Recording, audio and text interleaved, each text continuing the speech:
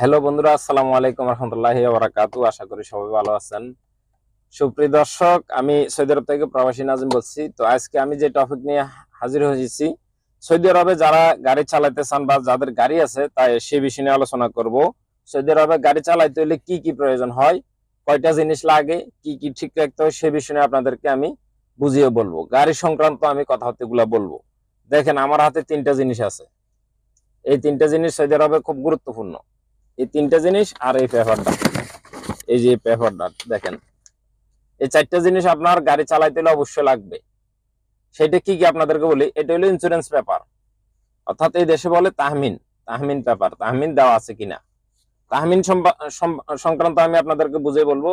তাহমিন কি কি লাভ, কি কি কারণে তাহমিন করা লাগে, ঠিক আছে। এবার আসেন, একটা হচ্ছে লাইসেন্স, একটা হচ্ছে আকামা, একটা হচ্ছে ইস্তেমারা।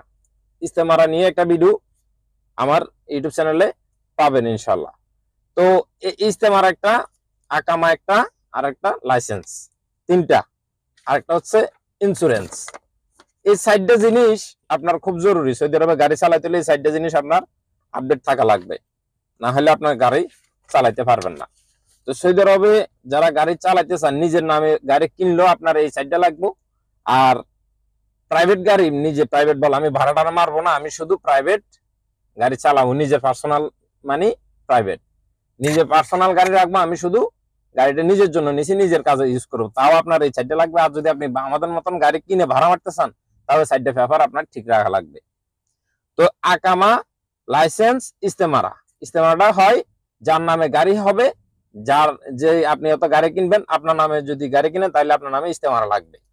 আর ইন্স্যুরেন্স গুরুত্বপূর্ণ, খুব গুরুত্বপূর্ণ এটা। এই ইন্স্যুরেন্সটা আপনাদেরকে বলি, এটা কি জন্য করতে হয়। দেখেন, সৌদি আরবে আমরা গাড়ি চালাই, যারা সবাই সৌদি আরবে যারা আছে সবাই গাড়ি চালায় যারা, তাদের এটা মাস্ট থাকা লাগবে। কারণ কি জানেন, এটা করলে অনেক সুবিধা। আপনি গাড়ি অ্যাক্সিডেন্ট করছেন কোথাও, গলত আপনার হয়েছে, কিন্তু জরিমানাটা আপনার ইন্স্যুরেন্স থেকে কাটবে। যেটা সহজ সংক্ষেপে বলতেছি, ইন্স্যুরেন্সটা এই কারণে করা লাগে। এখন আপনি একটা বড় ধরনের অ্যাক্সিডেন্ট হইলেন, ঠিক আছে, সম্পূর্ণ খরচ বহন করবে ইন্স্যুরেন্সে। এই ইন্স্যুরেন্সটা করতে কত টাকা লাগে?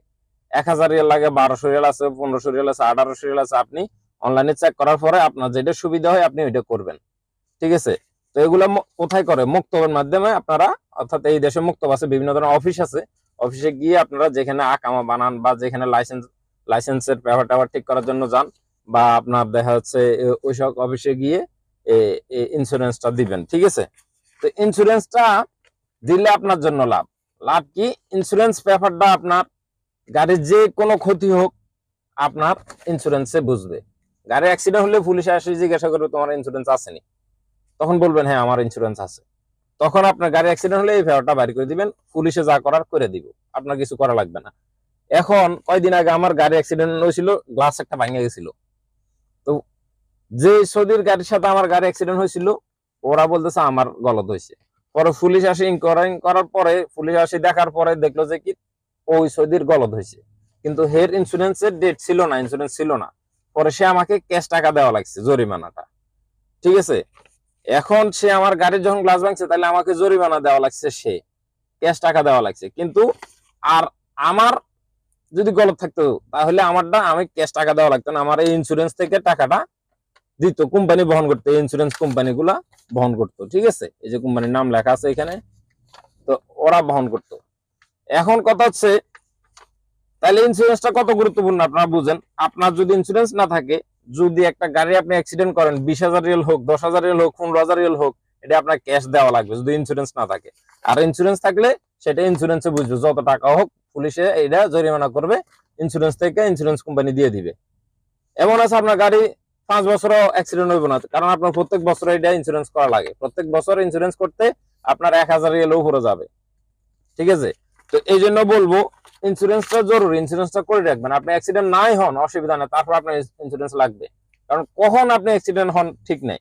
এই যে গাড়ি চালাচ্ছে, আমার সম্পূর্ণ বহন করবে ইন্স্যুরেন্স এই ব্যাপারটা, ঠিক আছে, কোনো অ্যাক্সিডেন্ট হইলে। আর অ্যাক্সিডেন্ট না হইলে তো আলহামদুলিল্লাহ, আল্লাহর রহমতে কোনো সমস্যা নাই। কিন্তু এইটার ডেট হচ্ছে 1 বছর। 1 বছর পর আবার পুনরায় আমি বানানো লাগবে, ইন্স্যুরেন্স করা লাগবে, মেসেজ চলে আসবে। আর এই ইন্স্যুরেন্স না থাকলে এখন বর্তমানে কি সমস্যা, আর একটা কথা বলি, অটোমেটিক আপনার মোবাইলে মেসেজ চলে যাবে, জরিমানা চলে আসবে। ঠিক আছে, ইন্স্যুরেন্স না থাকলে আপনার মোবাইলে অটোমেটিকলি জরিমানা চলে আসবে। এবং আরেকটা কথা বলি, যারা স্পিরিট ক্যামেরা বা মোবাইলে কথা বলেন, যারা বেল্টের এগুলোর মামলা আছে, এগুলার দেখা যাচ্ছে আপনার জরিমানা আসছে, এটি দেন নাই, সাদাত করেন নাই, এগুলো আপনার অটোমেটিকলি যদি ব্যাংক কার্ডে আপনার টাকা জমা থাকে ওখান থেকে কাটিয়ে নিয়ে যাবে। ঠিক আছে, বর্তমান সিস্টেম এগুলা। তো যাই হোক, ইন্স্যুরেন্স না থাকলে অটোমেটিকলি জরিমানা আসবে। তাহমিনটা অর্থাৎ মূলকে যে কার্ডটা ওইটা সেম একই অবস্থা। ঠিক আছে, আপনার ইস্তেমারা কার্ড যেটা সেটা সেম অবস্থা, আপনার যদি না থাকে তাহলে জরিমানা চলে আসবে। তো এই হলো বন্ধুরা ইন্স্যুরেন্স নিয়ে আপনাদের কাছে আমি এই তথ্যগুলো দিলাম। যারা সৌদি আরবে গাড়ি চালাতে চাচ্ছেন, ইন্স্যুরেন্স পেপার আপনার অবশ্যই জরুরি। তার মানে আপনারা কি ইন্স্যুরেন্স পেপারটা সবসময় ইন্স্যুরেন্স করে রাখবেন, তাহলে নিজের জন্য এটা রিস্ক কম। ঠিক আছে, নিজের জন্য রিস্ক কম, এটা মাথায় রাখবেন। এটা মাথায় রেখে আপনারা গাড়ি চালাবেন। তো ধন্যবাদ সবাইকে সময় দেওয়ার জন্য। আর যারা নতুন দেখতেছেন ভিডিওটা, অবশ্যই চ্যানেলটি সাবস্ক্রাইব করে পাশে থাকবেন। আসসালামু আলাইকুম রহমতুল্লাহ।